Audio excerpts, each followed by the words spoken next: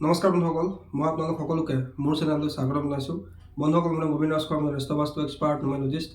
বন্ধুসকল, আপোনালোকৰ সুবিধাৰ্থে মই চেনেলটোত বাস্তুৰ সম্পৰ্কে, সংখ্যাতত্বৰ সম্পৰ্কে, জ্যোতিষৰ সম্পৰ্কে, তাৰ লগতে আপোনালোকৰ বিভিন্ন সমস্যাৰ সমাধানৰ উপায়সমূহৰ সম্পৰ্কে আলোচনা কৰি থাকোঁ।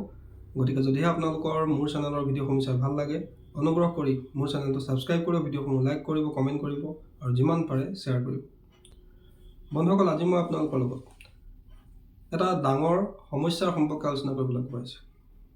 বন্ধুসকল, সেই সমস্যাটো হৈছে তৃতীয় ব্যক্তিৰ সমস্যা। যদি আপোনালোকৰ ৰিলেশ্যনশ্বিপত, আপোনাৰ প্ৰেমৰ সম্পৰ্কৰ মাজত, বন্ধুত্ব সম্পৰ্কৰ মাজত, পতি পত্নীৰ সম্পৰ্কৰ মাজত কোনো তৃতীয় ব্যক্তিয়ে আমনি কৰিবলৈ লয়, আপোনালোকৰ মাজত মিছআণ্ডাৰষ্টেণ্ডিঙৰ সৃষ্টি কৰিবলৈ লয়, তেন্তে সেই সময়ত এটা সম্পৰ্ক ধৰি ৰখাৰ ক্ষেত্ৰত সমস্যাৰ সৃষ্টি হয়। আজি মই আপোনালোকক সেইবাবে যদি আপোনালোকৰ ৰিলেশ্যনশ্বিপত কোনো তৃতীয় ব্যক্তিৰ কাৰণে সমস্যা হ'বলৈ লৈছে, কোনো পতি পত্নীৰ সম্পৰ্কৰ মাজত কোনো তৃতীয় ব্যক্তিৰ কাৰণে সমস্যা হ'বলৈ লৈছে, বন্ধুত্ব সম্পৰ্কৰ মাজত কোনো তৃতীয় ব্যক্তিৰ কাৰণে সমস্যা হ'বলৈ লৈছে, সেই ব্যক্তিজন যাতে আপোনালোকৰ মাজৰ পৰা আঁতৰি যায়, আপোনালোকক আমনি কৰিবলৈ এৰি দিয়ে, তাৰ উপায় সম্পৰ্কে আজি মই আপোনালোকক ক'বলৈ আগবাঢ়িছোঁ।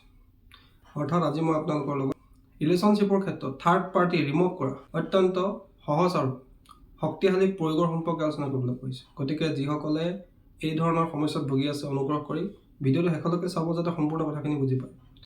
বন্ধুসকল, আপোনালোকৰ কাৰণে মই আপোনালোকৰ বিভিন্ন সমস্যাবিলাকৰ ওপৰত ভিডিঅ' ইয়াত নিৰ্মাণ কৰোঁ, আপোনালোকক বিভিন্ন সহজ উপায়বিলাক দি থাকোঁ। যদি আপোনালোকৰ মোৰ চেনেলৰ ভিডিঅ'সমূহ চাই ভাল লাগে, অনুগ্ৰহ কৰি আপোনালোকে মোৰ চেনেলটো ছাবস্ক্ৰাইব নকৰাকৈ নাথাকিব। আপোনালোকৰ এটা ছাবস্ক্ৰিপশ্যনে আমাক ভিডিঅ' বনাবৰ কাৰণে, আপোনালোকৰ উপায়খিনি দিবৰ কাৰণে উদগনি যোগায়, উৎসাহ যোগায়। গতিকে আপোনালোকে যদি ভিডিঅ'টো চাই ভাল পায়, অনুগ্ৰহ কৰি চেনেলটো ছাবস্ক্ৰাইব কৰাৰ লগতে ভিডিঅ'টো লাইক কৰিবলৈ কেতিয়াও নাপাহৰিব।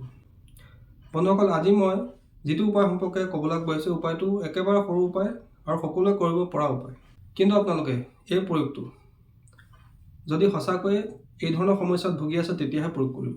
অৰ্থাৎ কোনো তৃতীয় ব্যক্তিয়ে যদি আপোনাৰ প্ৰেমৰ সম্পৰ্কৰ মাজত সংঘাতৰ সৃষ্টি কৰিবলৈ লৈছে, আপোনালোকৰ মাজত সম্পৰ্কটো বেয়া কৰিবলৈ চেষ্টা কৰিবলৈ লৈছে, পতি পত্নীৰ সম্পৰ্কৰ মাজত তৃতীয় ব্যক্তিৰ কাৰণে সমস্যা হ'বলৈ লৈছে, সংঘাত উৎপন্ন হ'বলৈ লৈছে, তেতিয়াহে আপোনালোকে কিন্তু ইয়াক ব্যৱহাৰ কৰিব। যধে মধে ইয়াক ব্যৱহাৰ নকৰিব। এই উপায়টো আপোনালোকে আৰম্ভ কৰিব লাগিব কোনোবা এটা শনিবাৰৰ পৰা, আৰু এই উপায়টো কণ্টিনিউ আপোনালোকে 15 দিন কৰিব লাগিব। বন্ধুসকল, কি কৰিব লাগে আপোনালোকে ভালকৈ শুনি লওক। তাৰ কাৰণে আপোনালোকক বিশেষ কোনো বস্তুৰ প্ৰয়োজন নহয়, মাত্ৰ দুটা বস্তু আপোনাৰ প্ৰয়োজন হ'ব। সেই দুটা বস্তু হৈছে কৰ্পূৰ আৰু লং। লং আপোনালোকে নিজে চিনি পায়, যাক ইংৰাজীত ক্লভ বুলি কোৱা হয়। কৰ্পূৰ আপোনালোকে নিশ্চয় চিনি পায়, যি পূজাৰ সময়ত জ্বলোৱা হয়। এই দুইটা বস্তু আপোনাৰ প্ৰয়োজন হ'ব, আৰু দুইটা বস্তু আপোনালোকে সহজতে বজাৰত পাই যাব। এই দুটা বস্তু আপোনালোকে কিনি আনিব। এই উপায়টো আপোনালোকে কৰিব কোনোবা এটা শনিবাৰে সন্ধিয়াৰ পৰা। শনিবাৰে সন্ধিয়াৰ সময়ৰ পৰা আপোনালোকে এই প্ৰয়োগটো কৰিবলৈ ষ্টাৰ্ট কৰিব। কি কৰিব লাগে? আপোনালোকে লং এটা হাতত লৈ ল'ব আৰু দক্ষিণ ফালে মুখ কৰি বহিব। অৰ্থাৎ আপোনালোকে দক্ষিণ ফালে মুখ কৰি বহি লৈ লং এটা হাতত লৈ সন্ধিয়াৰ সময়ত যিজন ব্যক্তিৰ কাৰণে আপোনাৰ সমস্যা হৈছে, সেই ব্যক্তিজনৰ নাম 43 বাৰ আপুনি ল'ব আৰু সেই লংটো 43টা ফু দিব। এটা লং আপোনালোকে হাতত লৈ ল'ব, দক্ষিণমুখীকৈ বহি ল'ব, বহি লৈ যিজন ব্যক্তিৰ কাৰণে আপোনাৰ সমস্যা হৈছে সেই ব্যক্তিজনৰ নাম 43 বাৰ ল'ব, সম্পূৰ্ণ নাম ল'ব, আৰু নামটোৰ শেষত এটা ফু আপোনালোকে লঙত দিব। তাৰপিছতে কোনো এটা পাত্ৰ লৈ ল'ব, বাতি এটা লৈ ল'লেও হ'ব, বা আপোনালোকে প্লেট এখন লৈ ল'ব পাৰে। তাতে কৰ্পূৰ এডোখৰ ৰাখি সেই লংটো সেই কৰ্পূৰত জ্বলাই দিব, আৰু তাৰ যিখিনি ছাই থাকি যাব, সেই ছাইখিনি আপোনালোকে আপোনাৰ কোনো প্ৰবাহিত নদী যদি ওচৰত আছে, আপোনাৰ ঘৰৰ ওচৰত যদি প্ৰবাহিত জল আছে, অৰ্থাৎ নদী যদি আপোনাৰ ঘৰৰ ওচৰত আছে, তেন্তে সেই নদীত আপোনালোকে পেলাই দিব। যদি আপোনাৰ লগে লগে পেলাবলৈ অসুবিধা হয়, তেন্তে আপোনালোকে ৰাতিপুৱাৰ সময়তো ইয়াক পেলাই দিব পাৰে। আৰু যদি আপোনাৰ ওচৰত কোনো প্ৰবাহিত জল নাই, তেন্তে আপোনালোকে কোনো পুখুৰীত বা কোনো নলাটো সেই ছাইখিনি পেলাব পাৰে। বন্ধুসকল, কেৱল আপোনালোকে এই সহজ প্ৰয়োগটো কণ্টিনিউ 15 দিন কৰিব।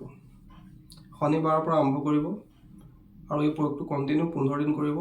একো বিশেষ কৰিব লগা কোনো প্ৰয়োজন নাই, কেৱল এটা লং ল'ব, লংটো লৈ পেলাই দক্ষিণমুখীকৈ বহি ল'ব, আৰু সেই ব্যক্তিজনৰ নাম 43 বাৰ আপোনালোকে ল'ব, আৰু মনে মনে ঈশ্বৰক প্ৰাৰ্থনা কৰিব যে হে ঈশ্বৰ, হে ইউনিভাৰ্ছ, এইজন তৃতীয় ব্যক্তিৰ কাৰণে মোৰ ৰিলেশ্যনশ্বিপত সমস্যা হৈছে, তেওঁ যাতে আমাৰ মাজৰ পৰা লাহে লাহে আঁতৰি যায়। এই বুলি মনতে আপোনালোকে মেনিফেষ্টেশ্যন কৰি এই লংটোৰ ওপৰত ব্যক্তিজনৰ নামটো 43 বাৰলৈ 43টা ফু দিব। তাৰপিছতে আপোনালোকে সেই লংটো কৰ্পূৰত জ্বলাই দিব। যিখিনি ছাই থাকি যাব সেই ছাইখিনি আপোনালোকে পাৰিলে প্ৰবাহিত নদীত উটাই দিব, আৰু নোৱাৰিলে আপোনালোকে আপোনালোকৰ ঘৰৰ ওচৰত যদি পুখুৰী আছে, নলা আছে, তাত আপোনালোকে পেলাই দিব। এই প্ৰয়োগটো একেবাৰে এটা সহজ প্ৰয়োগ। যদি আপোনালোকৰ তৃতীয় ব্যক্তিৰ কাৰণে কিবা সমস্যা হৈছে, সেই সমস্যা লাহে লাহে আঁতৰি যাব, আপোনালোকৰ ৰিলেশ্যনশ্বিপলৈ মধুৰতা আহিব। বন্ধুসকল, সম্পূৰ্ণ এটা পৰীক্ষিত উপায়।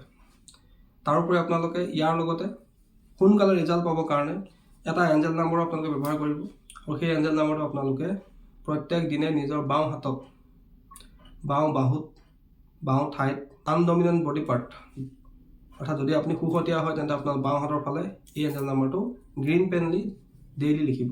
বন্ধুসকল, সেই এঞ্জেল নাম্বাৰটো মই স্ক্ৰীণত দি দিছোঁ। এঞ্জেল নাম্বাৰটো হৈছে 3297698, 3297698। আপোনালোকে এই এঞ্জেল নাম্বাৰটো ডেইলি নিজৰ বাওঁ হাতত গ্ৰীণ পেন লৈ লিখিব, আৰু মই যিটো উপায় দিছোঁ সেইটো উপায় কৰিব। খুব সোনকালে থাৰ্ড পাৰ্টিৰ কাৰণে যদি আপোনালোকৰ কিবা সমস্যা হৈ আছে, তৃতীয় ব্যক্তিৰ কাৰণে আপোনালোকৰ সম্পৰ্ক যদি কিবা কাৰণে সমস্যা হৈ আছিলে, সেই সমস্যা লাহে লাহে আপোনালোকৰ জীৱনৰ পৰা আঁতৰি যাব, আপোনালোকৰ সম্পৰ্কলৈ মধুৰতা আহিব। বন্ধুসকল, আশা কৰিছোঁ আজি আপোনালোকৰ তৃতীয় ব্যক্তিৰ কাৰণে যদি কিবা ৰিলেশ্যনশ্বিপত সমস্যা হৈ আছে, পতি পত্নীৰ সম্পৰ্কৰ মাজত কিবা সমস্যা হৈ আছে, সেই সমস্যা কিদৰে দূৰ কৰিব পাৰি সেই বিষয়ে আপোনালোকে গম পালে। আশা কৰিছোঁ আপোনালোকৰ ভিডিঅ'টো চাই ভাল লাগিলে। যদি ভাল লাগিলে অনুগ্ৰহ কৰি ভিডিঅ'টো লাইক কৰি দিব, কমেণ্ট কৰিব, আৰু মোৰ চেনেলটো ছাবস্ক্ৰাইব কৰিব। ধন্যবাদ।